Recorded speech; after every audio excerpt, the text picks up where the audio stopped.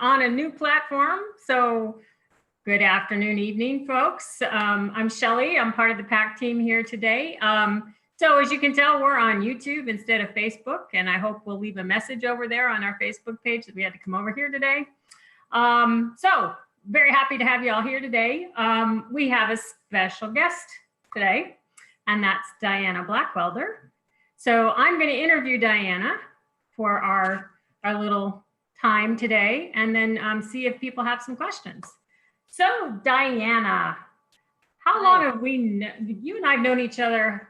A year or so, or yes? Yeah, it's been probably about a year. Yeah, because we met at our PAC conference last year, right? Mm-hmm. Definitely. We met in person at the PAC conference. Right. We talked a lot on the phone and stuff before then, right? Yeah. So the reason we have you here with us is you're part of our core team, right? And you're somebody who's living with a form of dementia, and you want to tell us what that is? Sure. I'm living with young onset, also known as early onset Alzheimer's disease. Okay. And how many years has that been going on now for you? Well, it's been going on for quite a number of years before diagnosis, but diagnosis was in late 2017. Okay, so a few years here. Yeah. So I know you were a pretty busy and full-time working person before this, right? Oh, yeah. I was an information technology systems engineer with a black belt in Lean Six Sigma process improvement.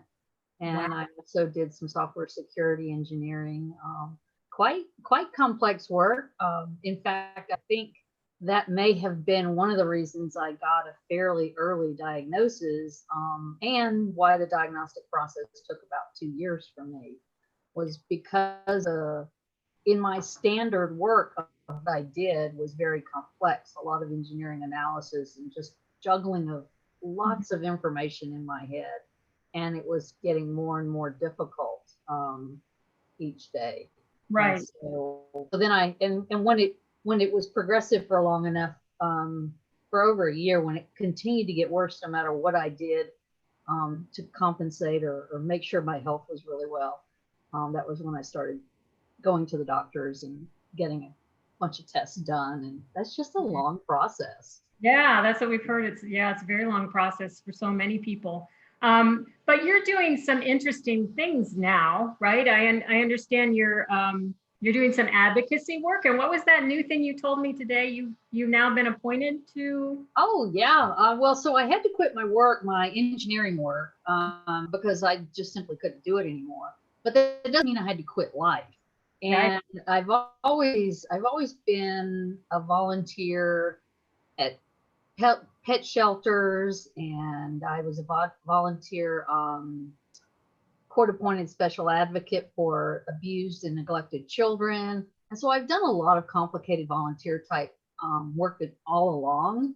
And so now I've just sort of migrated into doing advocacy for people living with the disease. And most primarily I'm focused on those with young onset dementia, not just Alzheimer's, and those that are living alone with the disease. Just because I've had a number of years of experience at it myself now, and I've seen, being a process improvement in person, I've seen where there is so much opportunity to improve what we currently have in place for people in those situations. And I feel like I can bring to the table a greater insight than somebody that's not living with the disease, that didn't actually experience trying to find out what support services is available to me, what kind of health care can I do to ensure that I have as long of a life and as good of a quality of life, and be able to maintain my independence.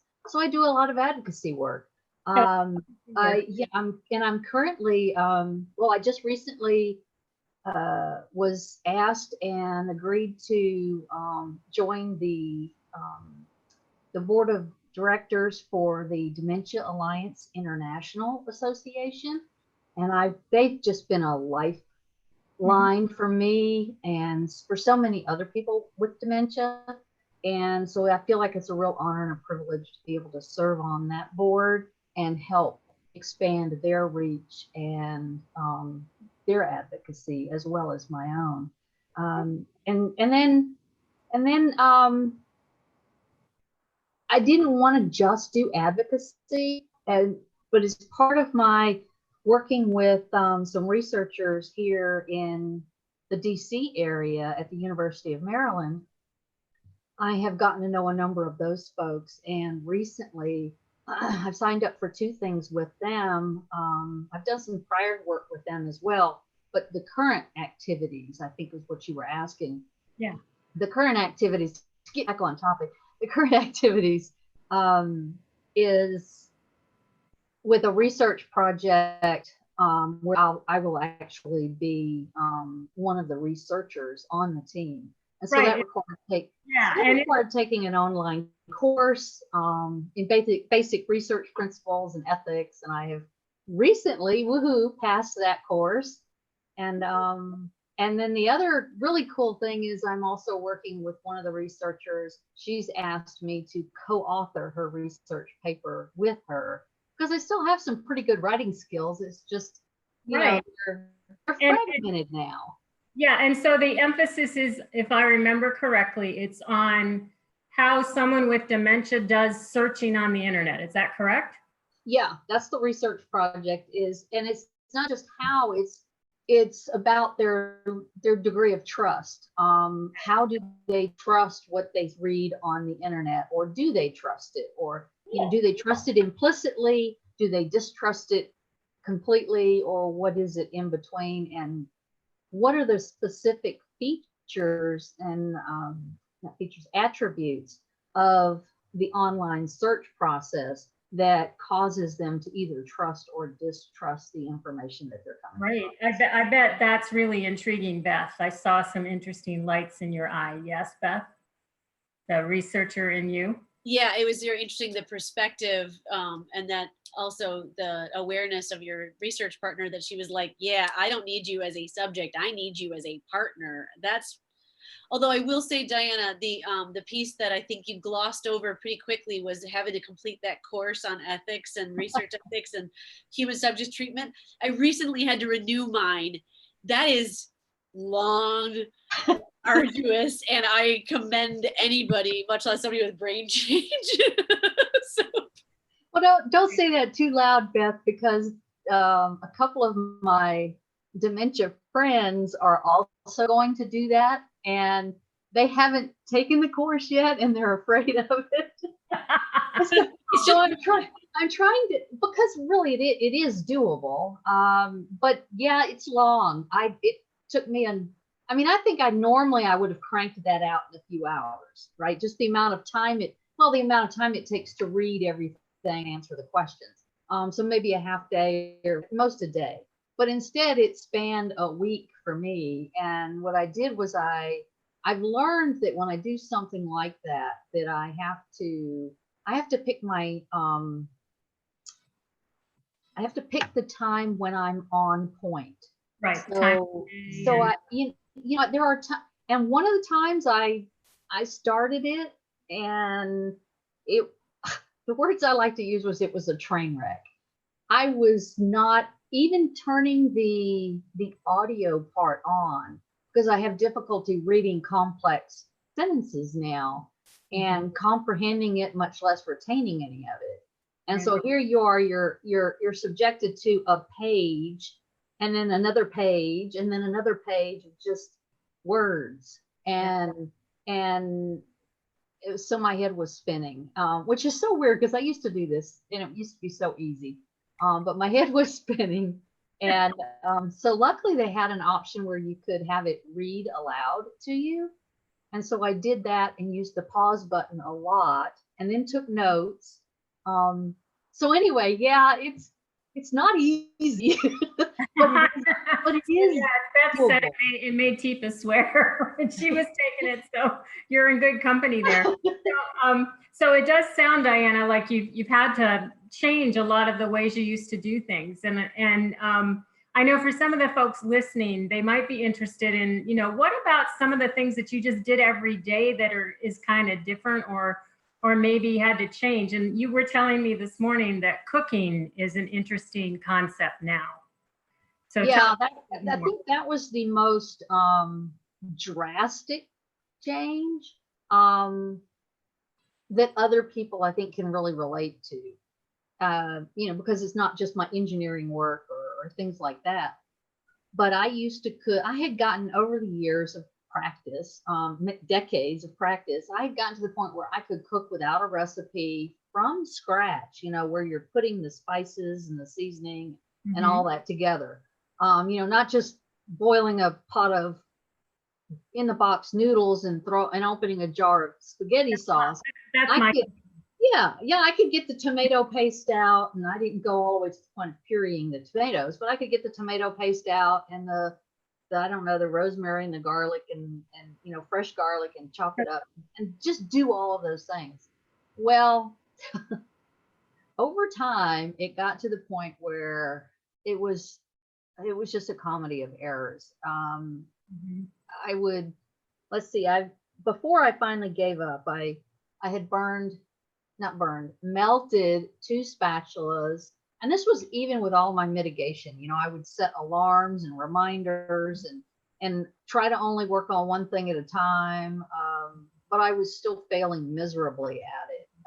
I would melt the spatulas in the pan. The food was coming out either undercooked or overcooked. And that was usually not an issue for me. And then I had just started cooking more and more simple foods, but eventually it just got to the point where I didn't feel like I was able to keep a healthy diet, to be able to plan, okay, you've had fruits and vegetables and carbs and protein and all those things. And so what I did was I bit the bullet, and it was a hard concept for me to do emotionally. And I tried out this meal delivery service that you just pay once a week, and they deliver 6 meals 1 day a week to you, and they're fresh, they're not frozen, they're all healthy, they all meet my dietary restrictions because I'm gluten-free. And I've been doing that a year now, according to Facebook, because they send you those little reminders. Well, apparently it's been a year that I've been doing this now, and that's pretty much my main meal for the day is those freshly meals. And so now my food's not spoiling. Grocery shopping is so much easier because I just basically buy all these little, extra things like fresh leafy greens and fresh fruit. And so stuff doesn't spoil. I have a varied, healthy diet. And actually, in a way, I've kind of gotten spoiled now. I'm looking at the silver lining in that because it takes me so long to do everything that I do, that has now freed up some time so that I'm not as rushed to get the other things done that I need to do in order to still be able to live at home by myself. Good. So it sounds to me like you've made some good decisions, and you've made some accommodations as you've gone through, right? So yeah. But go ahead. One last thing. I would say it wasn't easy. It was a struggle to accept that I couldn't cook from scratch anymore, or that I really shouldn't be cooking at all.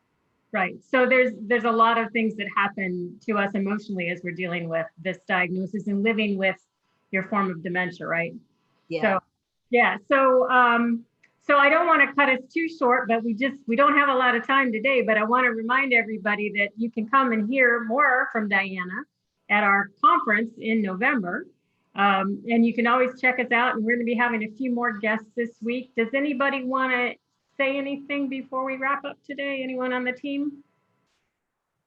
I would say thank you, Diana, for sharing with us some of your first of all, your professional background, which I'm just going to go and Google later, I think, to figure out exactly what you did, but also some of the ahas that you had in your process, because I think hearing your story, for me anyway, will now help with okay, someone else is going through this. Here's one thing we could maybe try, right? And so taking that little bit of your story to maybe apply for someone else.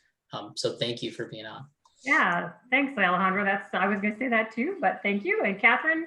I was just going to say thank you for that tip that maybe I wouldn't have thought of, as that's potentially a resource that now exists out in the world, is this food delivery option, just to take a piece off the plate. And that's a really great suggestion. And I think that could be helpful to not only people living with, but even I think as like a daughter of somebody, I could set that up for my loved one. That's a really great idea. Thank you. Yeah, so thanks. So thanks for coming, and thanks for watching us on YouTube, and we'll see you tomorrow. And Beth, you're leading tomorrow with somebody, right?